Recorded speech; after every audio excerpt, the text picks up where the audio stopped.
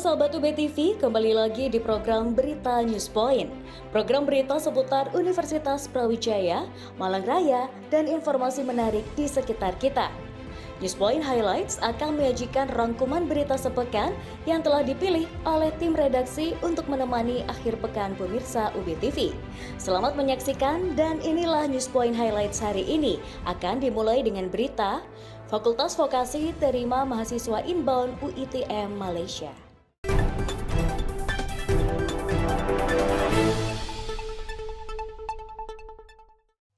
Dosen dan mahasiswa dari Universitas Teknologi Mara atau UITM Malaysia melakukan kunjungan dan studi inbound di Fakultas Vokasi UB. Kegiatan inbound ini merupakan balasan dari kegiatan outbound yang sudah dilakukan oleh mahasiswa vokasi ke kampus mereka sebelumnya. Selama di Fakultas Vokasi UB, para mahasiswa dan dosen ini akan mengikuti dan memberi kuliah di Fakultas Vokasi. Selanjutnya, para mahasiswa ini akan melakukan pengabdian masyarakat di suku Tengger Bromo dan juga kegiatan sosial lainnya. Kegiatan ini bertujuan memberikan pengalaman baru kepada mahasiswa dari kedua kampus yang berbeda secara global, sehingga mahasiswa Fakultas Vokasi UB maupun UITM Malaysia saling mendapatkan hal baru. Kegiatan kolaboratif antara Fakultas Vokasi UB dengan UITM Kedah Malaysia ini, yang pertama adalah tentu saja melakukan inbound and outbound student. Jadi karena bulan Mei kemarin kita sudah mengirim dosen kita dan mahasiswa untuk melakukan kegiatan kerjasama di Kedah Malaysia untuk melakukan teaching kolaboratif maupun juga community service secara bersama dengan teman-teman di Malaysia. Sekarang giliran teman-teman dari UITM Kedah datang di sini, 5 orang dosen dan 30 mahasiswa untuk melakukan outbound student. Kegiatannya meliputi yang pertama adalah kegiatan kolaboratif, perkuliahan secara kolaboratif. Jadi mahasiswa kami akan diajar oleh dosen-dosen dari UITM Malaysia. Sebaliknya mahasiswa Malaysia akan mengikuti perkuliahan yang ada di Fakultas Vokasi. Kemudian kedua, mereka juga akan melakukan community service di sekitar wilayah suku Tengger di Bromo, dan nanti juga kita akan menjajaki adanya kerjasama di bidang penelitian. Jadi topik-topik apa yang relevan dengan program studi baik yang ada di vokasi maupun di UITM. Inbound dosen dan mahasiswa Universitas Teknologi Mara Malaysia dilakukan di Fakultas Vokasi UB dalam bentuk studi kolaboratif. Dosen dari Malaysia akan memberikan kuliah untuk mahasiswa vokasi UB dan mahasiswa Malaysia akan menerima materi kuliah dari dosen vokasi UB. Studi kolaboratif ini akan memberikan pengalaman baru dalam bidang pengajaran dari kedua kampus serumpun ini. Bagi mahasiswa, hal ini akan menjadi hal baru sehingga mereka dapat merasakan kuliah yang berbeda negara, sehingga mahasiswa dapat berinteraksi dan berkomunikasi dengan dosen dari kampus dan negara lain. Fakultas Vokasi UB akan terus mendorong kegiatan studi kolaboratif ini dengan berbagai kampus lainnya agar dapat memberikan wawasan global sehingga lulusan Fakultas Vokasi memiliki daya saing tinggi secara global.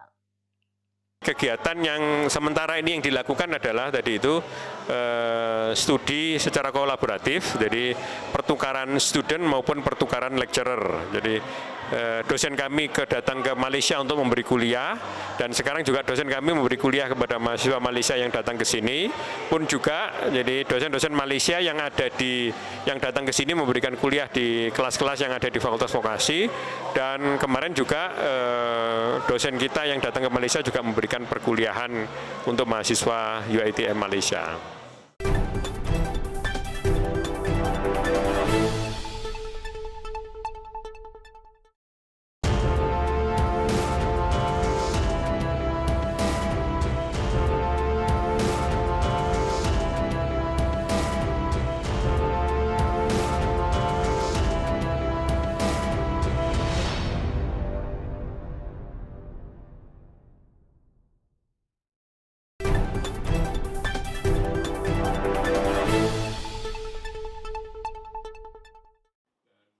Fakultas Vokasi UB terus melakukan berbagai kerjasama dalam berbagai bidang dengan berbagai kampus luar negeri. Salah satu fokus dalam kerjasama tersebut adalah riset kolaborasi antar kampus. Fakultas Vokasi UB memiliki target besar agar dapat memasuki QS 100 by subject untuk meningkatkan reputasi globalnya. Untuk itu, Vokasi membidik kerjasama riset dengan kampus UiTM Mara Malaysia yang sudah masuk dalam QS 100. Melalui upaya ini, diharapkan Fakultas Vokasi dapat masuk dalam QS 100, dapat berjalan lebih cepat sehingga mampu meningkatkan reputasi kampus UB secara umum, khususnya program studi yang ada di Fakultas Vokasi UB.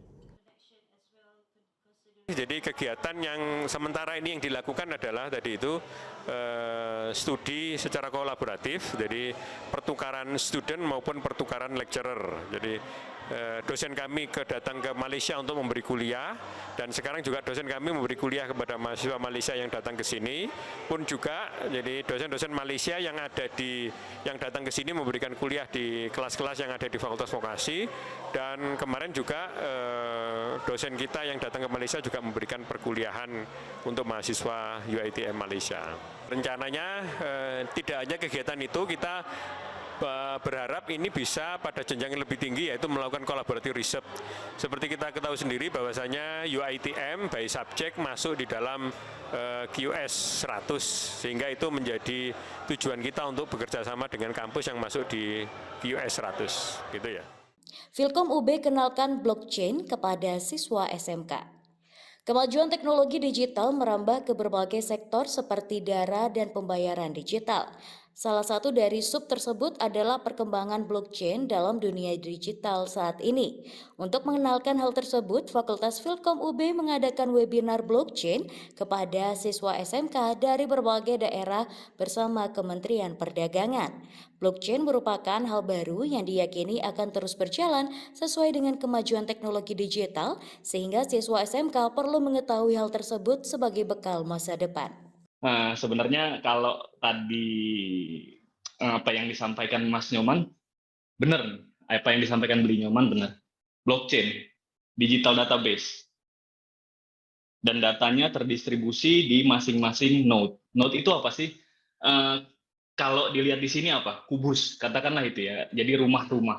Kenapa dikatakan blockchain? Karena blok itu merupakan, salah satunya gampangnya ya kubus seperti ini. Kubus-kubus ini nanti menyimpan data, dan datanya itu terdistribusi. Dan kenapa dikatakan desentralisasi? Karena datanya nggak hanya di satu tempat. Nggak hanya, kalau misalkan bank, mungkin datanya hanya di satu tempat, ada di satu server. Tapi kalau ini blockchain, datanya terpisah. Antara data yang satu, data tentang yang A dengan data yang tentang B. Itu akan terpisah. Blockchain dapat dimanfaatkan untuk beragam transaksi.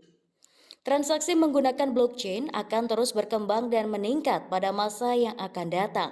Saat ini penggunaan blockchain familiar dalam transaksi kripto. Namun kedepannya penggunaan blockchain akan lebih meluas sebagai pembayaran digital yang lebih mudah secara global. Transaksi global diyakini akan terus tumbuh di masa depan dengan metode pembayaran dengan digital seperti blockchain akan semakin diminati. Di salah satu pihak saja yang akan menjadi rawan adalah sistem keamanannya. Dan ketika kita bicara blockchain, ketika Mas Kardinan dengan Mas Willy dia bertransaksi, proses transaksinya, proses validasi transaksinya ada di kedua belah pihak. Misalkan Mas Kardinan, hey Will, saya mau beli kripto kamu nih, gitu. Tolong dong, saya mau beli sekian, saya bayar uang rupiah sekian, kamu kasih kripto saya sekian.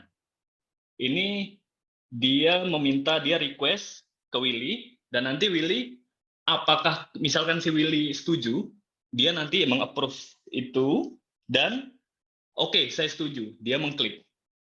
Jadi ada dua validator di sini, tidak hanya satu gitu. Kira-kira seperti itu. Apakah misalkan blockchain itu hanya untuk cryptocurrency saja? Kalau tadi diceritakan oleh Mas Kardinan dan Mas Willy, mereka cenderung berbicara terkait cryptocurrency. Betul. Mungkin kalau kita misalkan melihat tren yang ada sedari tahun 2009 ya. 2009 mungkin yang awal booming blockchain itu memang untuk cryptocurrency. Tapi pemanfaatan blockchain ternyata bukan hanya untuk cryptocurrency saja.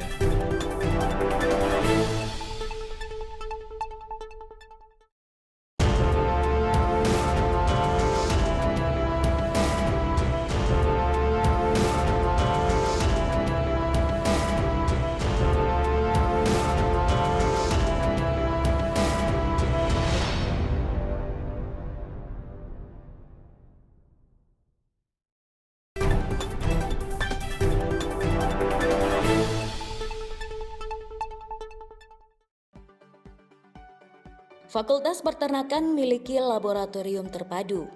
Fakultas Peternakan UB memiliki sarana laboratorium sebagai tempat penelitian dan praktek mahasiswa dalam mengembangkan dunia peternakan.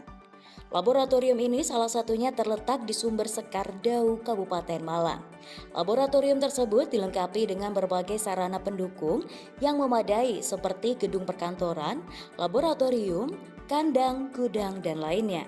Sarana ini dapat dimanfaatkan oleh mahasiswa untuk mengasah kemampuan dan juga media bagi riset mahasiswa.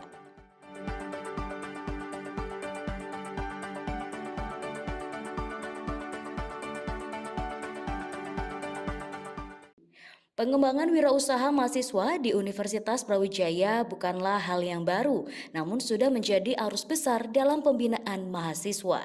Hal tersebut diwujudkan dengan adanya berbagai lembaga wirausaha di tingkat fakultas dan universitas. Kegiatan wirausaha juga dilakukan secara bertahap, berlanjut, hingga mahasiswa tersebut mampu menjalankan usahanya. Penguatan kewirausahaan itu sudah menjadi hal yang mainstream di Universitas Brawijaya. Ya. Bahkan sejak sekian tahun yang lalu, Universitas Brawijaya sudah menyanangkan suatu visi sebagai entrepreneurial university. Dan kemudian dalam banyak kegiatannya, Universitas Brawijaya tidak lupa menyertakan suatu kegiatan yang mendorong para mahasiswanya untuk menjadi wirausaha. Sehingga Pak Warek 3 itu juga menyelenggarakan kegiatan pengembangan 1000 wirausaha mahasiswa di luar kegiatan AWMM. Insya Allah itu akan benar-benar mendukung program pemerintah yang pada tahun 2024 itu mentargetkan menambah 1 juta wirausaha baru. We are the first Indonesian French bakery here in the San Francisco Bay Area, and we are very proud to be serving high-quality croissants and with a twist of Indonesian flavors. Setelah menjalani bisnis selama 4 tahun, East Bay Bakery akhirnya mengadakan grand opening sekaligus merayakan 1 tahun beroperasinya toko mereka di Danville, California. Gabriela Lubaba yang biasa dipanggil Gabby adalah sosok di balik keberhasilan bakery ini. Started very small at the Walnut Creek Farmers Market, and then we started branching out to more markets, and then here we are. East Bay Bakery was started from just my love from baking. My mom is a very good cook, and I've always loved just cooking in the kitchen, and I wanted to do something that's not so much about cooking. And as soon as I go to pastry school and bread school, I was just amazed at how many other nuances there is in making bread, the systematic approach to it, the scientific behind bread fermentation. That was what bringing me really want to hone this craft. Dari hanya beberapa jenis roti, kini East Bay Bakery menawarkan 40 jenis menu berbeda setiap minggu. Yang paling populer adalah menu klasik seperti baguette, croissant almond, dan coklat yang selalu dicari para pelanggannya. It's all about freshness and quality products. She has the best products here. You got to try the savory croissants, highly recommended, made with really good butter. Sebagai diaspora Indonesia, Gaby juga ingin memperkenalkan kue-kue khas tanah air ke pangsa pasar keluarga yang dibidiknya. We love their curry puffs and their Indonesian kuehs. And then we also love their cookies. For us, the Indonesian influence, because he's from Malaysia, and so they're very similar food-wise. I've always got a lot of questions about, do we have anything gluten-free? And most jajanan pasar actually are gluten-free. They're made of rice flour and tapioca flour, so naturally I had to bring it to the menu. And it's been a favorite since. Cita rasa Indonesia yang ditawarkan ternyata mampu membedakan East Bay Bakery dengan bakery lainnya hingga mampu berkembang bahkan meraih keuntungan. Yes, definitely profitable, but easier to operate, maybe. I would say the biggest challenge would be actually managing the business. The one thing that is very important in business is just consistency, and then also give great customer service. Dari Danville, California, Zulfian Bakar, Andri Tambunan, Nia Iman Santoso, VOA.